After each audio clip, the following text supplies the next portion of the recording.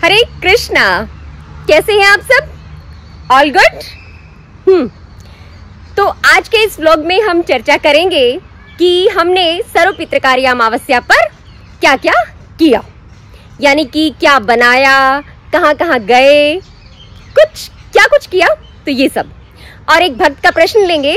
उनका प्रश्न बड़ा खास है, इसी अमावस्या को लेकर है।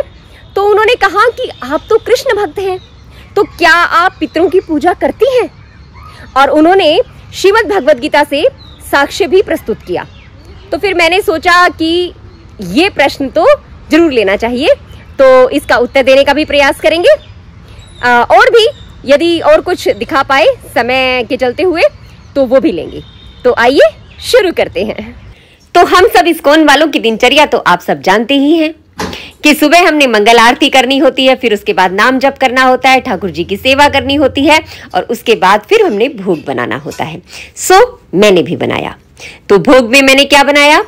खीर बनाई, हलवा बनाया, शाही पनीर बनाया और साथ में चपाती बनाई और थोड़ा सलाद भी था।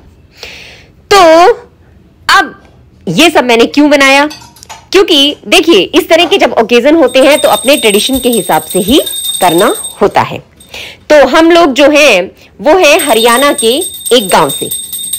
तो अब हरियाणा के बारे में तो शायद आप जानते ही होंगे। देसा में देश हरियाणा, जित दूध दही का खाना। यानी कि हरियाणा में दूध, घी, दही ये सब प्रचुर मात्रा में होता है, क्योंकि पशुधन वहां पे बहुत अच्छा होता है, खेती बाड़ी भी बहुत अच्छी होती है।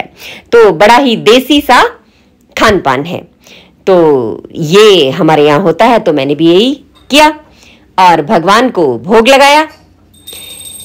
तो मैं कोशिश करती हूँ कि जब भी कुछ इस तरह की चीजें होती हैं तो मैं अपने ट्रेडिशन के हिसाब से ही करने का प्रयास करती हूँ, और हमें करना भी चाहिए। क्योंकि देखिए, पितरों के लिए कर रहे हैं तो वो सब फिर उसी तरह से तो हमें करना है। तो ये सब मैंने किया और फिर मैंने जो है हिस्सा निकाल दिया पितरों का। ये देखिए, ये आ गया है प्रसाद। ये आपके सामने प्रसाद आ गया है। ये देखिए, आप दर्शन कीजिए। दर्शन करने से ही भूख भाग जाएगी और इनके दर्शन करने से तो वैसे ही भूख भाग जाती है। ये देखिए, ये मैंने पितरों का हिस्सा निकाल दिया। ये पता नहीं कैसे हो जाती है, मुझे समझ नहीं आता वीडियो किस तरह बनती है जब भी मैं छोटी क्लिप बनाती हूँ, पर खैर छोड़िए, समझ आना चाहिए। तो ये है भगवान के सुंदर दर्शन। तो जैसा मैंने बताया कि मैंने हिस्सा निकाला, एक हिस्सा निकाला मैंने गऊ का, दूसरा हिस्सा निकाला मैंने कुत्ते का, और तीसरा हिस्सा निकाला मैंने कौवे का। और छोटे छोटे जीव जंतुओं को भी हम देने का प्रयास करते हैं, तो वो भी निकाल कर वो भी डाल देते हैं। अब आगे की जो प्रक्रिया करनी थी वो पुरुषों की होती है। तो जब घर में पुरुष हो तो उन्हें ही करना चाहिए। वैसे स्त्रियां भी कर सकती हैं। महारानी सीता ने श्राद्ध कर्म किया था। तो हमारे सामने ऐसे अनेक उदाहरण हैं, लेकिन वो कुछ विशेष परिस्थितियों में होता है। तो पुरुषों को अवश्य करना चाहिए। फिर ये आगे का कार्य जो था वो प्रभु जी ने किया, और वो जाकर गऊ को देकर आए सारा। तो वो सब तो मैं आपके साथ शेयर नहीं कर पाऊंगी, क्योंकि सब लोग कैमरे के सामने सहज नहीं होते हैं। तो ठीक है, चलिए, आपको पता लग गया कि क्या किया गया। तो ब्राह्मण को हमने घर में बुलाया नहीं था, इस बार हम नहीं बुला पाए, तो हमने ये सब किया। और उसके बाद मैं शाम को गई गौशाला। नाम जप, श्रवण कीर्तन, पठन ये सब तो किया ही था, तो इसके बारे में तो मुझे आपको साक्ष्य प्रस्तुत करने की आवश्यकता नहीं है। मैंने सोचा था कि मैं भगवद गीता पूरी पढ़ूंगी या लाइव करूंगी, लेकिन वो भी नहीं कर पाई, क्योंकि शाम को मुझे फिर पंचकुला मंदिर जाना था। जैसा कि मैंने आपको बताया था कि हमारा एक सेमिनार था, तो वहां मुझे जाना था, तो मैं वो नहीं कर पाई। तो ये देखिए, हम गौशाला में आ गए हैं। तो ये सेक्टर 45 चंडीगढ़ में गौशाला है। बहुत सुंदर है, बहुत बड़ी, बहुत अच्छी गौशाला है। यहाँ पे हजारों की संख्या में गायें हैं और उन गायों की बहुत अच्छे से देखभाल होती है। गौशाला के खुलने का समय 6 बजे सुबह से लेकर साय 6 बजे तक है। गौरी शंकर सेवा दल के द्वारा यहाँ सेवा की जाती है और बहुत अच्छी ढंग से सेवा की जाती है। तो यहाँ कैश काउंटर से मैंने गायों के चारे के लिए कूपन लिया और पहुंच गई चारा लेने के लिए। आज तो इतनी भीड़ थी कि सेल्फ सर्विस थी। देखकर ऐसा लग रहा था कि अरे भैया, रोज ही ये अमावस्या क्यों नहीं है कि लोग गायों की सेवा करने के लिए तत्पर रहें। वैसे यहाँ बड़ी संख्या में श्रद्धालु आते हैं और गायों की सेवा करते हैं। ये देखिए, कुछ और नहीं मिला तो फिर मैंने 2 टोकरियों में उठाया और अपने सिर पर लेकर चली। इतनी देर से खड़ी थी मैं, कुछ मिल ही नहीं रहा था मुझे।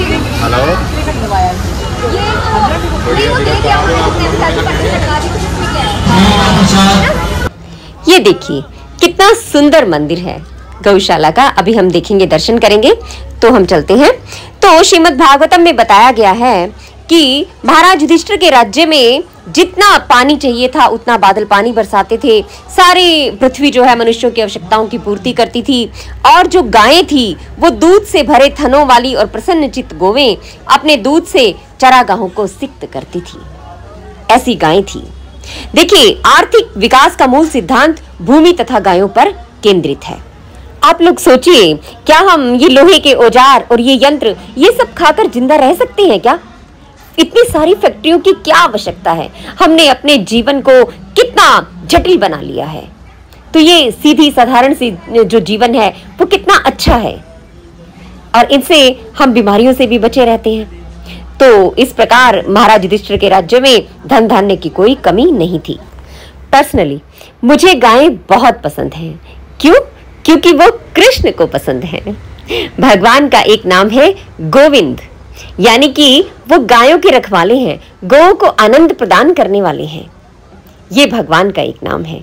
भगवान गायों की सुरक्षा के लिए कुछ भी करते। इसीलिए मैंने ये निर्णय लिया कि मैं आज के दिन अपने पितरों के निमित्त गाय की सेवा करके भगवान को प्रसन्न करने का प्रयास करूंगी। वैसे मैं गौशाला जाती रहती हूँ, मुझे गाय बहुत अच्छी लगती हैं।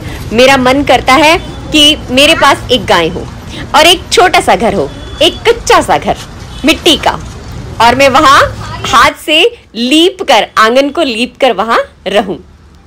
तो ये देखिए, ये फिर मैंने उन्हें चारा खिलाया। बहुत अच्छा लगता है जब गायों के साथ होते हैं। मैं इन्हें हक करना चाहती थी, लेकिन ये गायें दूर थी। मैं ऐसा कर नहीं पाई। ये प्रमाणित हो चुका है कि गायों के पास रहने से, उन्हें छूने से, उनकी सेवा करने से हमारी शरीर की, मन की सारी बीमारियां नष्ट हो जाती हैं। इतनी प्रताप है गायों की सेवा का, तो हमें गायों की सेवा अवश्य करनी चाहिए। मैंने पूरी कोशिश की उनको टच करने की। ये देखिए देखिए, और गायों ने भी मुझे निराश नहीं किया।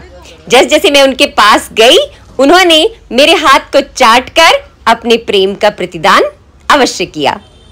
गाय कितनी अच्छी हैं। उनके जीभ ना खुरदरी होती है, थोड़े कांटे से लगते हैं। अब आप मुझे ये बताइएगा कि क्या मेरे इस प्रयास से भगवान प्रसन्न हुए होंगे? देखिए, मेरा मन तो बहुत प्रसन्न हो गया था। उसके बाद मैं चली मंदिर की ओर, जो यहाँ गौशाला में है। पहले ये छोटा मंदिर होता था, लेकिन अब बहुत सुंदर मंदिर बन गया है।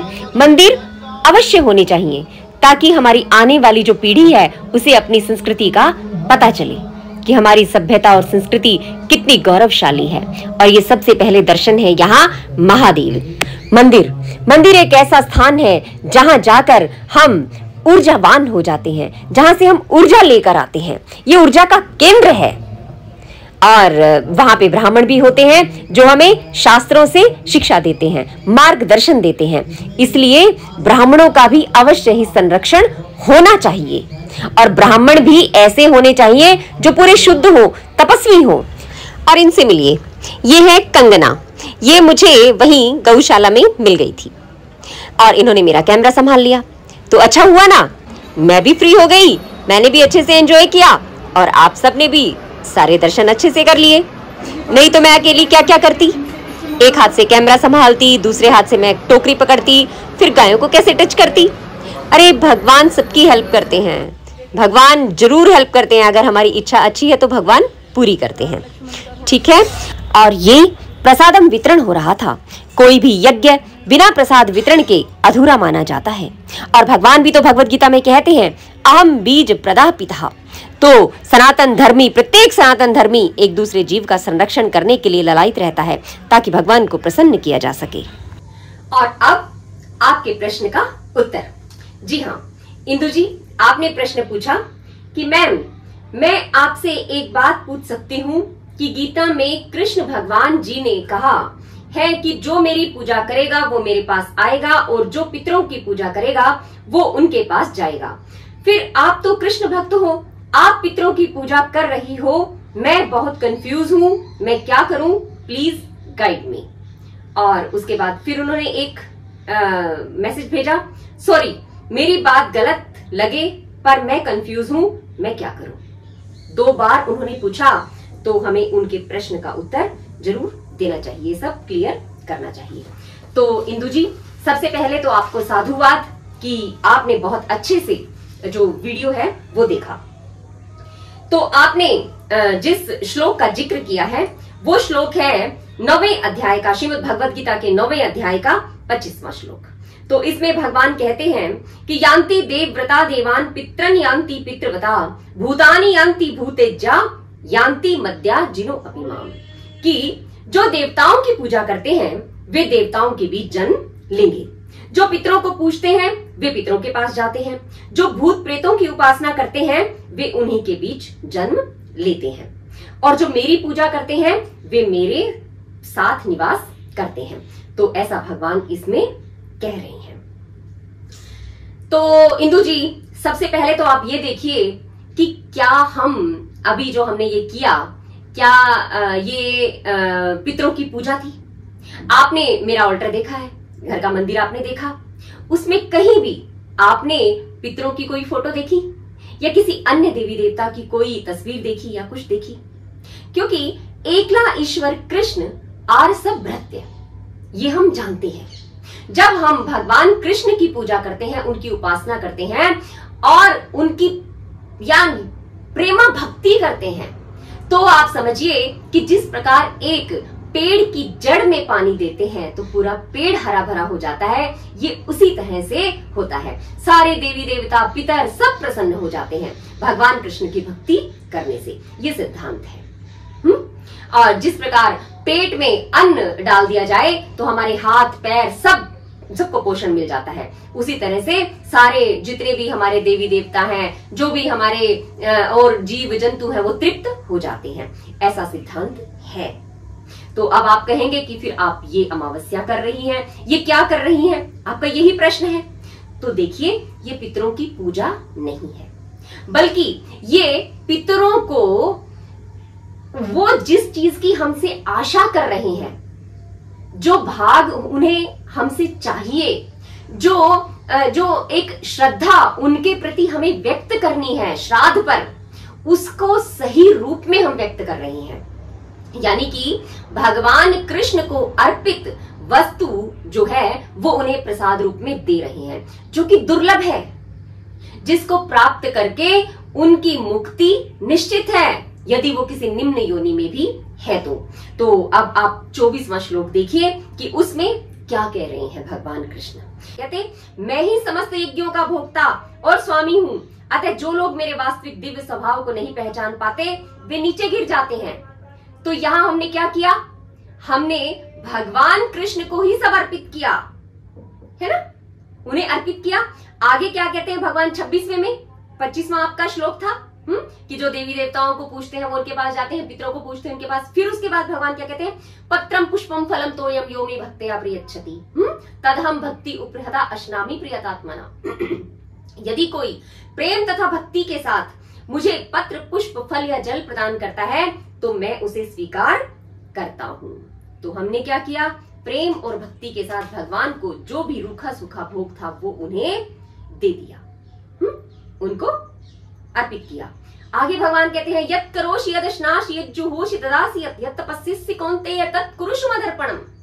कि हे कुंती पुत्र, तुम जो कुछ भी करते हो, जो कुछ खाते हो, जो कुछ अर्पित करते हो या दान देते हो या जो भी तपस्या करते हो, उसे मुझे अर्पित करते हुए करो। ये भगवान कह रहे हैं। अभी तो मैंने एक्सप्लेन कुछ किया ही नहीं है, तो उसके बाद क्या होगा, इस तरह, तो फिर अगला है, इस तरह तुम कर्म के बंधन तथा इसके शुभाशुभ फलों से मुक्त हो सकोगे। इस संन्यास योग में अपने चित्त को स्थिर करके तुम मुक्त होकर मेरे पास आ सकोगे। इस तरह यदि तुम कर्म करोगे तो ठीक है। तो हमने कैसा कर्म किया, हमने पहले क्या किया, भोग बनाया, है ना। सबसे पहले मंगल आरती किया, भगवान की सेवा पूजा किया, नाम जप किया अपना, और उसके बाद भगवान का भोग बनाया, और भोग बनाकर फिर भगवान को अर्पित किया प्रेम के साथ, और फिर पितरों का भाग निकाला। अब वो तो निकालना ही था, हाँ, क्योंकि हमारी ड्यूटी है। हमारे पितर जो हैं वो अभी इंतजार कर रहे होंगे कि हमें भाग मिले, तो क्या करेंगे, हमें कृतज्ञता व्यक्त करनी है उन पितरों के प्रति। अब ये देखिए ना, अपने पिता है, अब हम कहेंगे हम तो भक्त हो गए, हम अपने पिता का आदर नहीं करेंगे, हम तो सिर्फ कृष्ण का आदर करेंगे। क्या ये सही है? नहीं। एक कृष्ण भक्त को सही दृष्टिकोण के साथ देवी देवताओं को की भी सही उनको पता होना चाहिए कि इनका स्थान क्या है, अपने माता पिता का पता होना चाहिए, और इसी तरह पितरों का भी पता होना चाहिए कि क्या है। तो वो हमने किया। अब मैं आपको ये बताती हूँ कि किस प्रकार से जो हमें ये करना चाहिए, और शास्त्र में अनेक अनेक वर्णन है। देखिए वीडियो बहुत लंबा हो जाएगा, लेकिन आप शास्त्र को पढ़िए।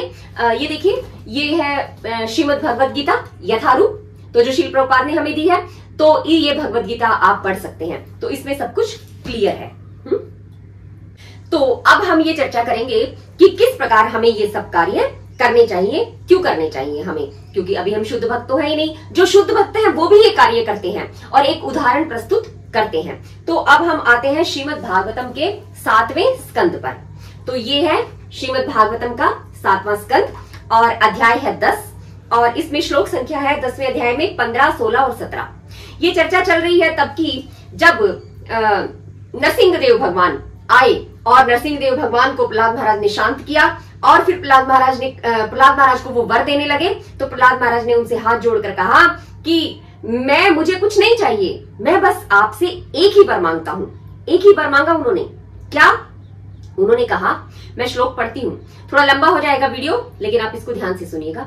मैं जानता हूँ कि आपने मेरे पिता की मृत्यु के समय अपनी कृपा दृष्टि डालकर उन्हें पवित्र बना दिया था, किंतु वे आपकी शक्ति तथा श्रेष्ठता से अनभिज्ञ होने के कारण आप पर मिथ्या ही ये सोचकर क्रुद्ध थे कि आप उनके भाई के मारने वाले हैं। इस तरह उन्होंने समस्त जीवों के गुरु आपकी प्रत्यक्ष निंदा की थी, और मेरे ऊपर जघन्य पातक किए थे। मेरी इच्छा है कि उन्हें इन पापों के लिए क्षमा कर दिया जाए।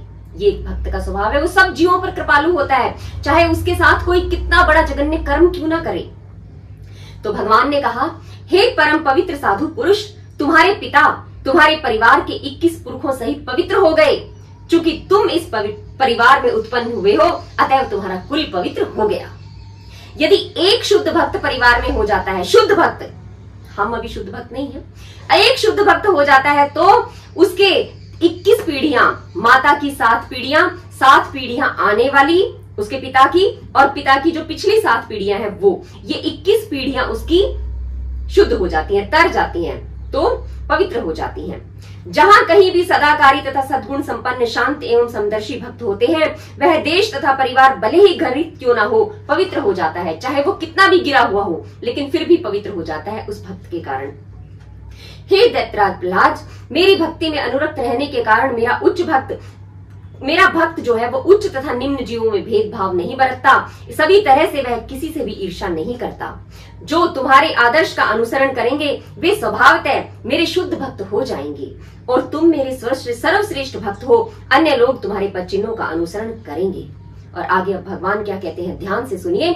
मेरे बालक, तुम्हारा पिता अपनी मृत्यु के समय मेरे शरीर के स्पर्श मात्र से पहले ही पवित्र हो चुका है, तो भी पुत्र का कर्तव्य है कि वह अपने पिता की मृत्यु के पश्चात श्राद्ध क्रिया संपन्न करे, जिससे उसका पिता ऐसे लोक को जा सके जहां वह अच्छा नागरिक तथा भक्त बन सके।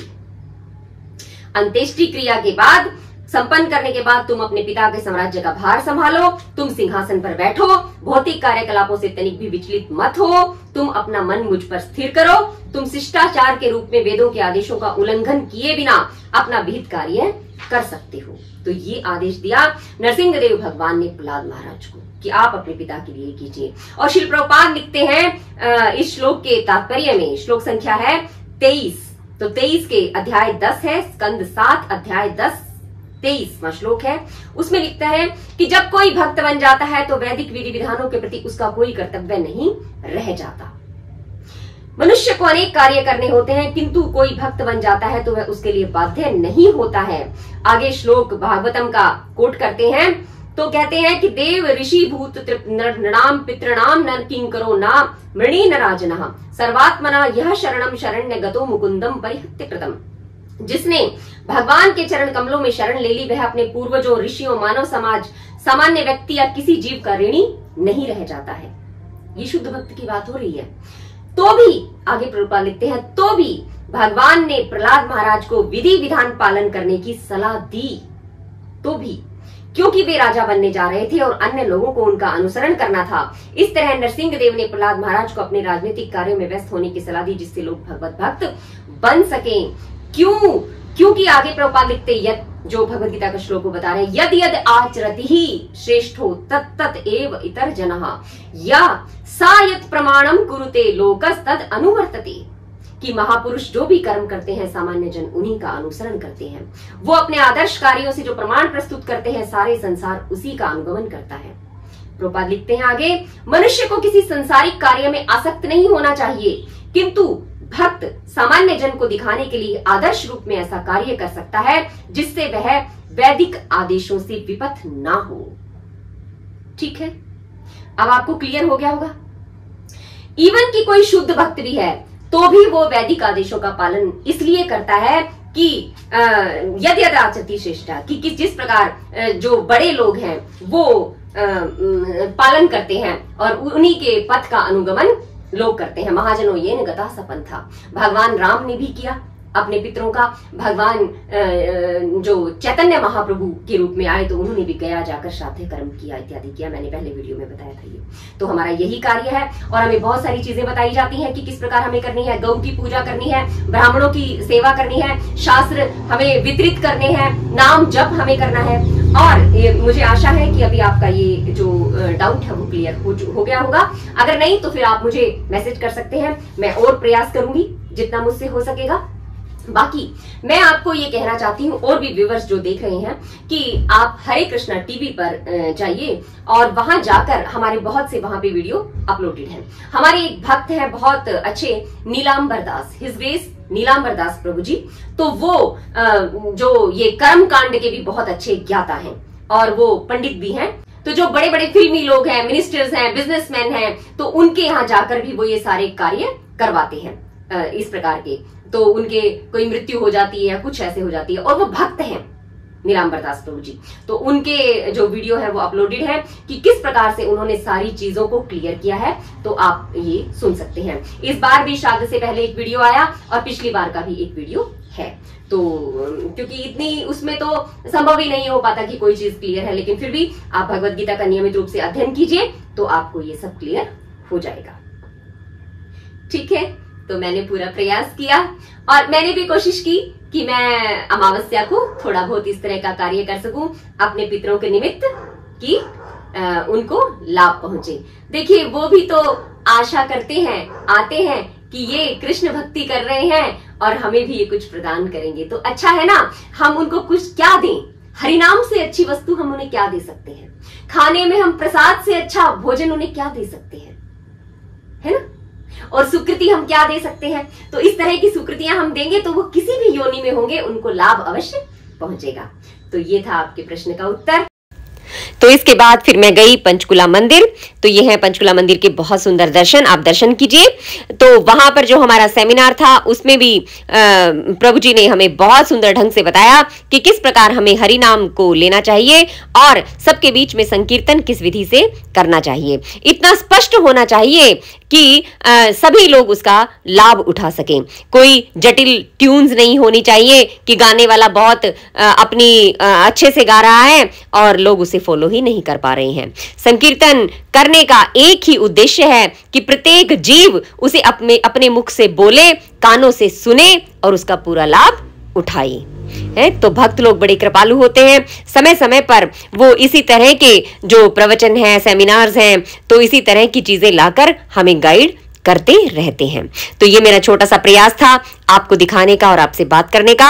आपको यदि ये सब अच्छा लगा हो तो अपने मित्रों और संबंधियों के साथ शेयर कीजिएगा, और आप कमेंट बॉक्स में मुझे बता सकते हैं कि और मैं आपकी किस प्रकार से सेवा कर सकती हूं। और ये सब मैंने तथ्यों के साथ प्रस्तुत किया है, और फिर भी यदि कोई कमी रह गई हो तो मुझे क्षमा कीजिएगा। तो आप इसी तरह से कमेंट बॉक्स में मुझसे बातें करते रहिएगा। तो हम मिलेंगे किसी और वीडियो में। अभी क्लास के दर्शन करते हैं और उसके बाद प्रसादम। तो हम मिलेंगे फिर, तब तक के लिए हरे कृष्णा। आप सुनिए क्लास में प्रभु जी क्या कह रहे हैं। If the tune is obstructing the holy name, then what's the use of that? कोई फायदा है उसका? तो इसलिए हमें इंश्योर करना चाहिए कि जो हम ट्यून गाते हैं वह सरल होना चाहिए, ताकि लोग ज्यादा से ज्यादा हरि नाम ले सकें। वह पार्ट ट्यून देखिए कितना सिंपल है। हरे रामा राम राम हरे राम। मैंने भी आज आप सबके साथ वो रेसिपी शेयर नहीं की कि जो मैंने बनाया था। मैंने सोचा आप लोग कहेंगे क्या ये रोज रेसिपीज ही शेयर करती रहती है इसलिए मैंने शेयर नहीं किया, तो वीडियो भी लंबा हो जाता। ठीक है, तो आप प्रसादम पाइए, देखिए, पाइए फिर हम मिलते हैं किसी और वीडियो में। तब तक के लिए हरे कृष्णा।